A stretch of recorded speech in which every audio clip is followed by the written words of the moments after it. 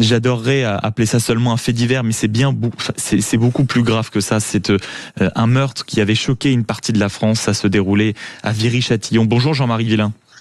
Bonjour. Merci beaucoup d'être avec nous ce matin. Vous êtes le conseiller régional de cet endroit. Vous êtes l'ancien maire justement de Viry-Châtillon. Il faut rappeler en effet que il y a près de 2 ans maintenant, en 2024, 2 jeunes hommes avaient été mis en examen dans l'affaire de cette mort de ce jeune homme, Chemseddine, adolescent de 15 ans, roué de coups à la sortie de son collège dans un hall d'immeuble. Et je le disais, il y a quelques heures, on a découvert des vidéos sur des réseaux sociaux de ces jeunes remis en liberté à cause d'un vide juridique, on aura l'occasion d'y revenir. Mais vous d'abord, Jean-Marie Villain, en tant qu'ancien maire de Viry-Châtillon, comment vous avez réagi quand vous avez appris ça ?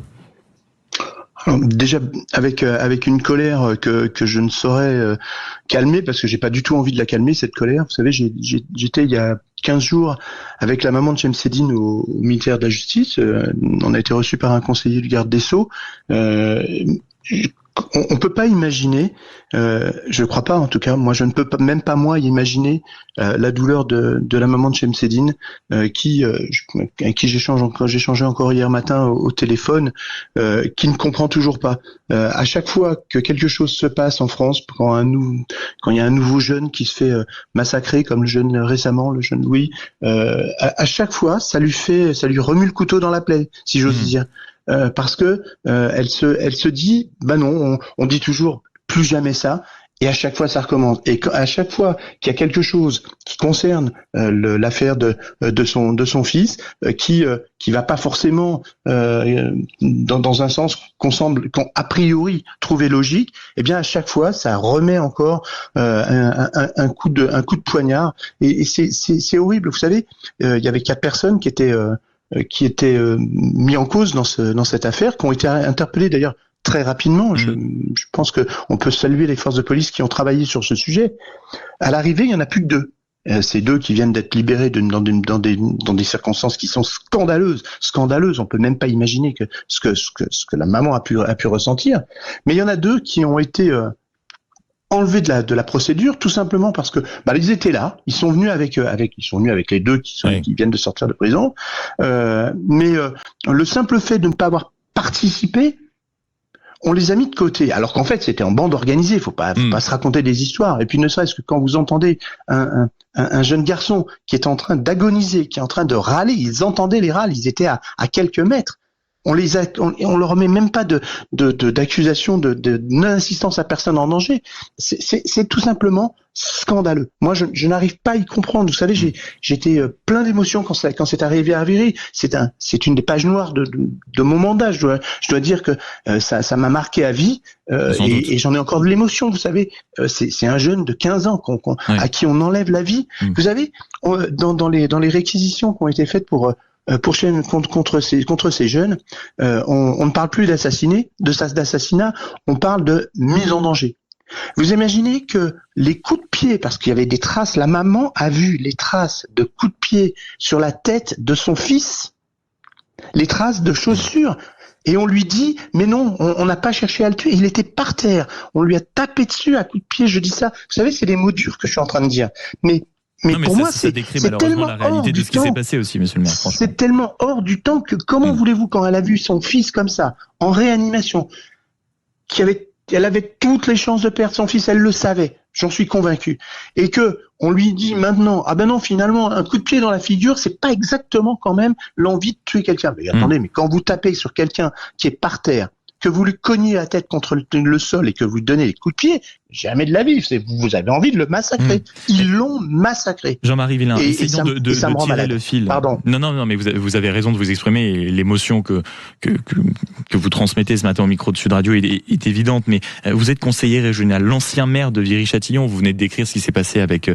Chemseddine comme l'une des pages noires de votre mandat. Simplement une question, au début de notre conversation, vous évoquiez le fait d'avoir accompagné justement la maman de ce jeune homme qui a été littéralement lynché et tué au ministère de la Justice. Est-ce que c'est indiscret de vous demander Pourquoi et qu'est-ce qu'ils vous ont dit? Est-ce que le but était déjà de vous prévenir de ce risque de remise en liberté ou c'était peut-être simplement pour faire un point sur l'avancée du dossier? Vous savez, j'ai arrêté mon mandat parce que c'était prévu comme ça. Hein, c'est mon premier adjoint qui a pris la suite. Mais par contre, il y a des choses que vous laissez pas filer. Et moi, j'ai continué de correspondre avec la maman de Chemseddine parce que ça crée des liens. Vous imaginez bien. Et donc, à partir du moment où elle me pose une question, si je peux l'aider d'une façon ou d'une autre, parce que il y a plein de façons. On a travaillé avec Robin Reda, avec la maire de Morsan, avec Marianne Duranton pour essayer de trouver des solutions pour les écoles, pour les logements, etc. Et donc à chaque fois, que ça soit l'un ou l'autre, on essaie avec nos moyens de pouvoir l'aider. Là, en l'occurrence, elle voulait rencontrer quelqu'un. Vous savez, c'est au fond d'elle qu'elle a besoin de savoir.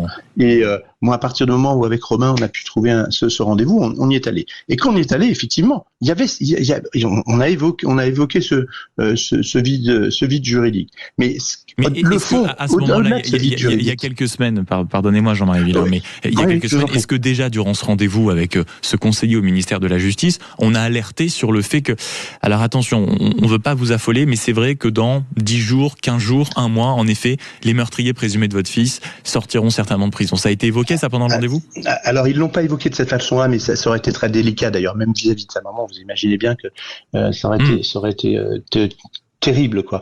Mais effectivement, on avait ce sentiment que déjà parce qu'on avait eu ce renvoi qui disait que on pouvait mettre de côté les deux qui étaient aussi concernés et que ceux-là finalement ne passeraient même pas en jugement. Alors déjà ça l'a mis dans un état, et en plus c'est une dame qui, vous savez, qui est très posée, qui prend encore des médicaments, parce que vous savez c'est difficile de vivre avec ça. Et donc faut aussi modérer les propos qu'on a avec elle, parce que c'est quelqu'un qui veut comprendre, et que pour l'instant elle ne comprend plus rien. Mais vous savez, au-delà de ce vide juridique qu'il faut réparer, et peut-être que ça devrait être fait avec ce texte de loi. Et j'espère qu'il n'y en a pas un seul qui votera contre, parce que ça serait tellement Jean-Marie Villain, il faut comprendre que les deux suspects qui étaient mineurs, notamment au moment des faits, c'est-à-dire âgés de, si mes souvenirs sont bons, de 16 à 18 ans, en réalité ne pouvaient plus être maintenus en détention. Et on dit au-delà de 2 ans, parce que entre une décision du Conseil constitutionnel qui avait supprimé une disposition, le retard du vote des parlementaires, il y a eu ce qu'on appelle un flou, et ils ont été relâchés à cause de ce flou-là. C'est bien ça, et c'est ça qu'il faut changer. Je veux dire, autant quand quelqu'un casse un abribus, ce qui est scandaleux et que pour ma part je considère comme inadmissible, mais qu'on puisse admettre que parce que la loi est comme ça, et donc c'est pour ça qu'il faut la changer, on puisse laisser sortir dehors, et en plus avec des contraintes judiciaires, mais quasiment inexistantes. Il y a même pas de bracelet électronique, il y a rien du tout, quoi. C'est-à-dire que demain ils disparaissent, c'est pareil. Hein, c'est ça qui est dramatique, et ça va au-delà de ça. Ça va aussi sur la justice, se dire comment on peut accepter que on attende 2 ans alors que les faits sont tellement évidents. Mais alors moi quand j'entends qu'on me dise oui mais faut prouver, etc., ils l'ont massacré, tout le monde le sait qu'ils l'ont massacré. Mais après, alors là où vous avez raison, Jean-Marie Villain, c'est qu'il y a différents degrés d'indignation, parce que quand on s'intéresse un tout petit peu à ce qui s'est passé, il y a le premier degré qui est de savoir que ces jeunes ressortent libres, il y a le deuxième degré d'indignation qui est de voir qu'en plus ils sont célébrés, c'est-à-dire qu'il y a les copains qui l'attendent à la sortie de la prison, ils sont filmés sur les réseaux sociaux, quand ils arrivent à Viry-Châtillon, ils sont filmés comme le retour, comme certains héros de la Libération, ce qui est quand même totalement lunaire. Et en plus, en effet, on apprend que ça faisait plus de 2 ans, alors que, vous l'avez très bien dit, les enquêteurs ont visiblement très bien fait leur travail, ils ont interpellé très rapidement, il y a des vidéos des faits, il me semble. Donc on se dit 2 ans, et pour ces 4 mineurs, aucune décision n'a été prise. Aucune décision n'a été prise. Et vous le disiez, c'est une maman qui en plus est laissée dans un chagrin incommensurable. Ah mais bien sûr. Alors il y a pas de vidéo. Les seules vidéos qui ont été utilisées, c'est celles qui étaient à la sortie du collège, mais qui ont permis malgré tout de repérer le chemin par lequel ils sont partis. Exactement. Donc mais ce qui est dingue, c'est qu'on attend autant de temps. Moi j'ai peur qu'à chaque fois on retombe dans les mêmes travers, et c'est ce qu'on ressent. C'est le fond de notre pensée à chaque fois. On a toujours cette impression d'avoir le sentiment que finalement les drames se passent, et puis on recommence, on fait les mêmes bêtises, on fait les mêmes erreurs. Mais là, la sortie avec les vidéos qui ont été faites, mais c'est abject, quoi. C'est abject, et j'ose espérer que ces images vont pouvoir être étudiées, qu'on pourra retrouver des gens. Et d'ailleurs, a priori, ils sont interdits en Essonne. Or, ils sortent de Fleury et ils vont directement à Viry-Châtillon, à Place François Mitterrand. Ce qui veut dire quand même que déjà, ils ne respectent pas la décision. Et donc, je pense que, j'espère que le parquet tiendra compte de cet effet pour peut-être pouvoir les remettre en prison pour un autre motif. Oui. Parce que, il y a un moment donné, il faut qu'on arrête de l'angélisme comme ça pour des types qui ont tué, massacré, lynché un jeune qui avait rien demandé, que tout le monde aimait, qui était, c'était le sourire. Vous savez, j'ai ce souvenir de cette marche blanche avec la famille qui m'avait demandé cette marche blanche et on leur avait proposé faire une banderole, etc. Et ils avaient voulu mettre le soleil en avant parce que c'était ça. Chemseddine, c'était le soleil. Et je peux vous dire que ça laisse des traces. Ça laisse des traces. Et encore simplement une question en quelques secondes de Jean-Marie Villain. C'est quoi la prochaine étape alors pour l'affaire, pour la maman, pour vous? C'est quoi les prochaines semaines? On espère qu'il soit remis en prison. Est-ce qu'il y a des recours qui vont être entamés, des plaintes à nouveau qui vont être déposées? Je ne sais pas.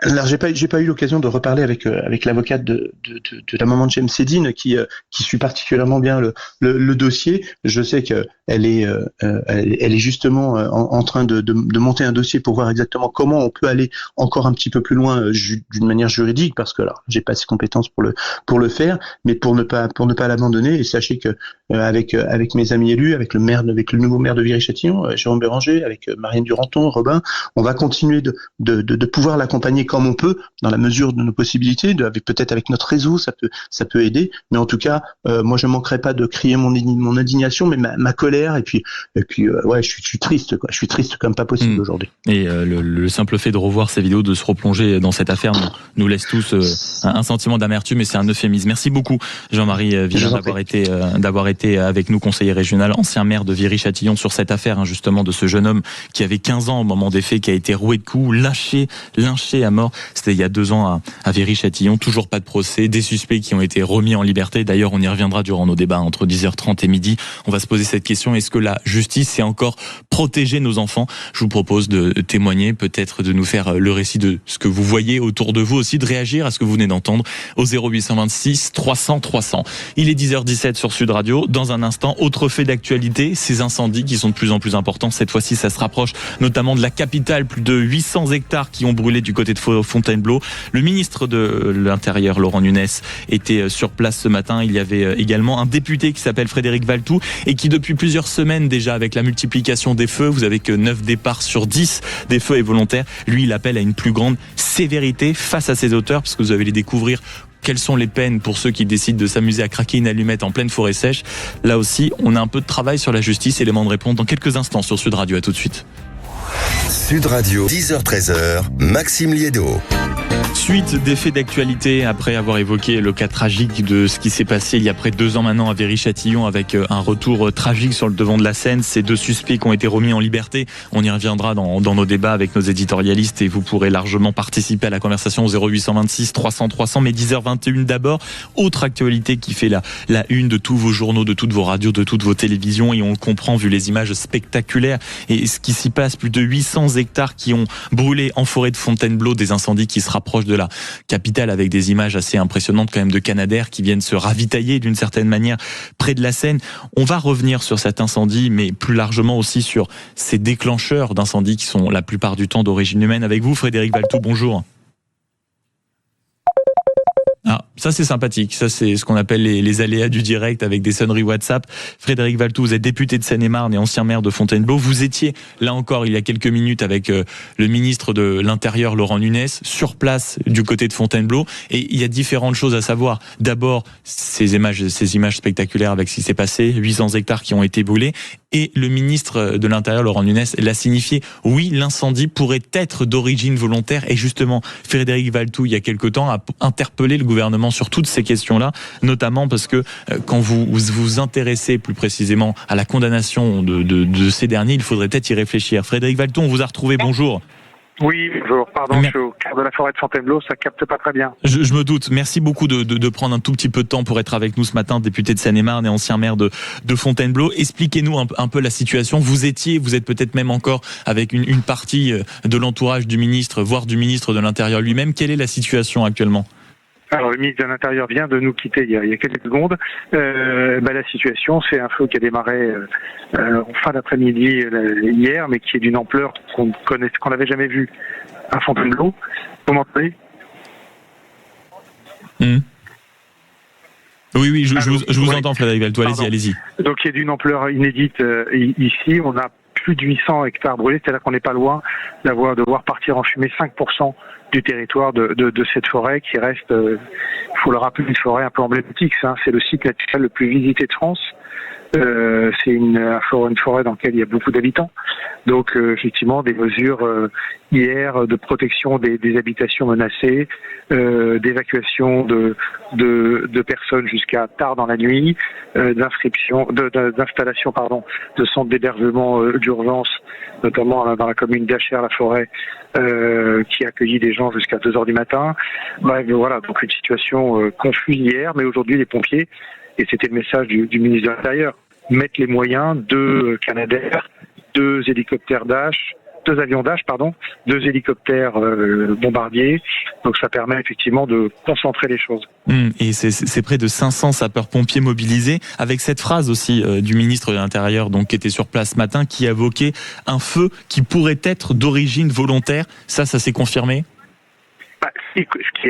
C'est un feu qui se caractérise par plusieurs départs de feu à des endroits dont les pompiers estiment qu'ils sont assez stratégiques, et sans doute le fait de quelqu'un qui sait comment ça fonctionne.